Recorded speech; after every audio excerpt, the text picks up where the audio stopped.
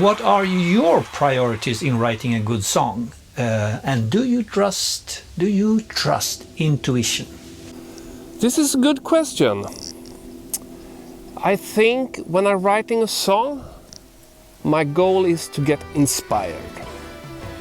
I need inspiration to continue finishing the song. If I cannot feel that from the start, the song will never get finished. And I guess that's also where intuition comes in. I don't care so much if it's original, if it's considered generic or whatever.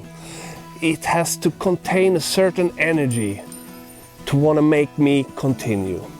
So I guess that's what it's all about. Energy. Energy and energy. Why have you been faithful to bass guitar, the guitar with 4 strings instead of 6? I actually started to play guitar. I got my first guitar when I was like 12 and played guitar in a band for a couple of years. And then when I was 16, I got offered to substitute for a guy in a band on bass guitar. So I bought my first bass, a Rickenbacker actually, 70s. I started to play with a band over the summer. Played with the band for 1 year. But I also started to practice bass guitar because I discovered Jaco Pastorius. Later on I saw an application for a music school in southern Sweden, which I applied for. In the bass department it was only 50 applying for the same 2 spots. So I thought my chances are better if I do it on bass guitar. Everything worked out fine. They accepted me to the program, and I guess that was the end of my guitar career, because then I really started to practice bass guitar and starting to feel quite confident playing bass. And yeah, I considered myself a bass player all of a sudden. And also I got hired for playing bass and nobody called me for playing guitar. How would you rate the album Islands? That's the new Flower Kings album. How do you rate Islands in all music released from you? And what is your peak performance? Could be your bass performance or whatever you played on the record. It's very, very hard to rate your own music. First of all, you two involved. You know every millisecond of that song or that album that you recorded and produced and played on and so on. So I think my view of the material is not valid actually. But if you force me, I would probably say that there's like 16 bars on God, the Universe and Everything Else no one really cares about from the latest Car Mechanic Dot album. There are 16 bars that I'm quite proud of. It's changing keys in a very, very elegant way, I think, and it runs very, very smooth, that section. So 14-15 minutes into the song, it's 16 bars where we repeat one theme and we're getting off a section and into the next. Very great, I would say. Would you ever do a fully improvised album from start to finish, all improvised, nothing written? I think we did it with the Flower Kings 20 odd years ago when we recorded Unfold the Future. I believe we recorded 2 or 3 songs, totally improvised. That were exciting. It's always challenging to do that, to create something out of nothing.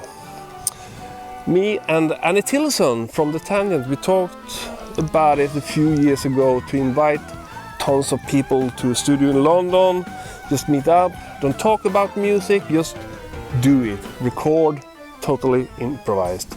So let's see if that's going to happen. Who knows? Are there musical collaborations that you think would benefit you as an individual or songwriter, player?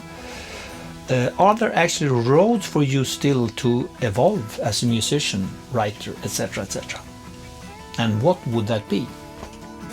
Oh my God, it's so much more to learn. Yes, it is. The more you look into the universe of music, you understand how big this universe is. And it's just getting bigger and bigger for each and every year. So much more to learn. And you learn by playing music with other people, I think, and listening to other people's music. If you keep your ears open and you have an open mindset, you will always learn something from anyone you play with. How they phrase, how they look upon music, how they compose music. I would like to dive a little bit more into the jazz fusion field.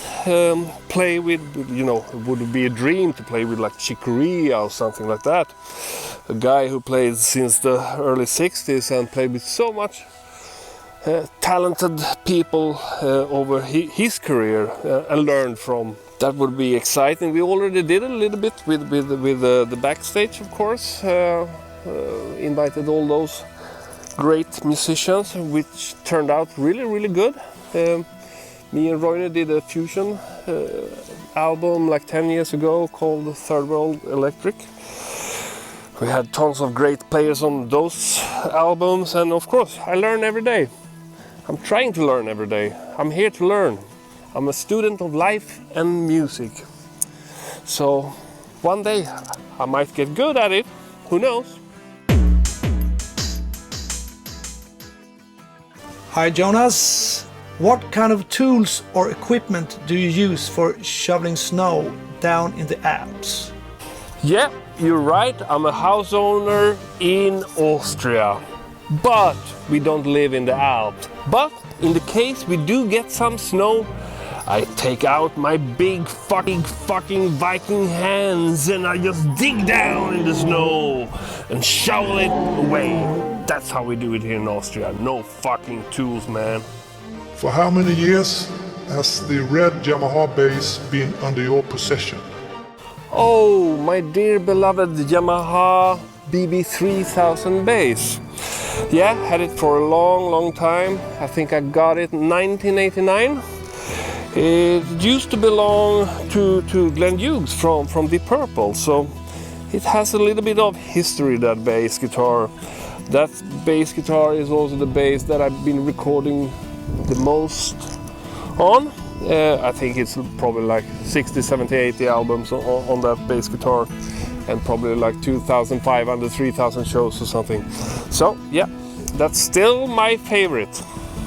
What's your personal record on 100 meters? Oh, finally, an easy question. It's 12.23. The good thing with sports is that it's very absolute. I won a bronze medal with this time in the national championship for veterans, only beaten by Mattias Sunneborn, a guy that was in the Olympic final 1992, beaten by Carl Lewis in long jump. But hey, there you go. Cannot win it at all. Third place is good as well. Do you ever miss the days of being a heavy metal bassist and producer?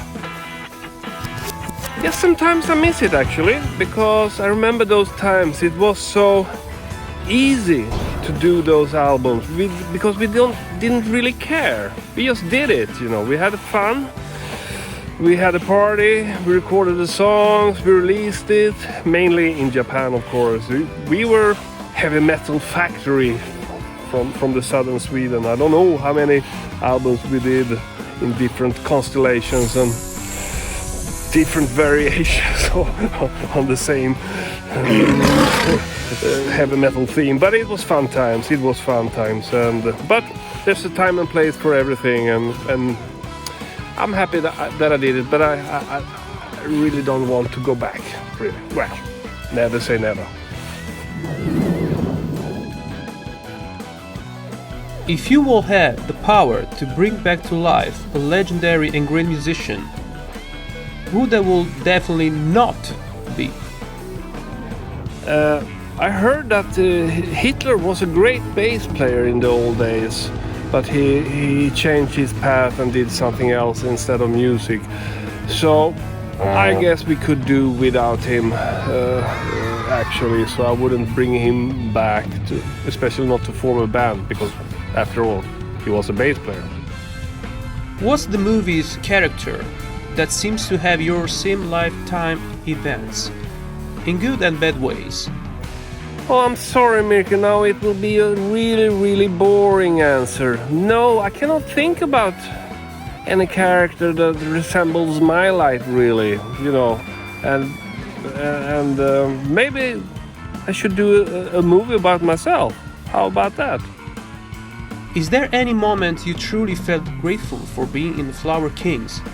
A moment that brought you almost to the tears? No, the only tears I spilled for this band was when it really sounded shitty. No, I'm just joking. No, I think there are moments when we sounded really good and we had a good show.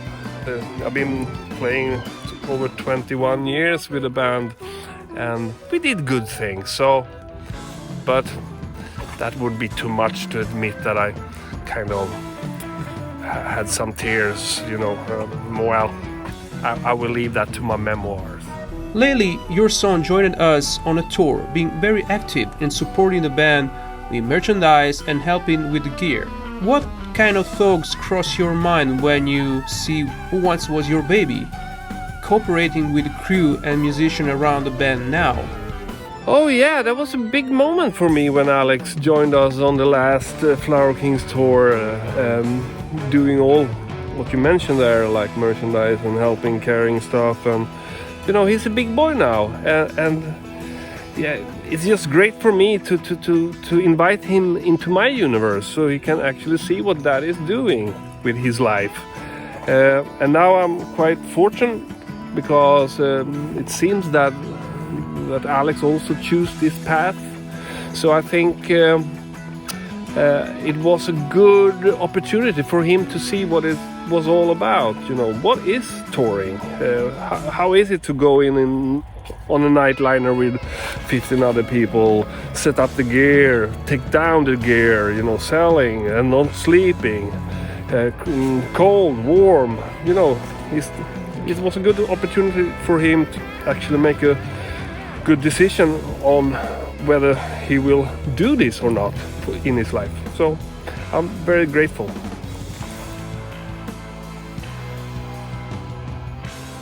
What instrument is most progressive? It can only be one instrument.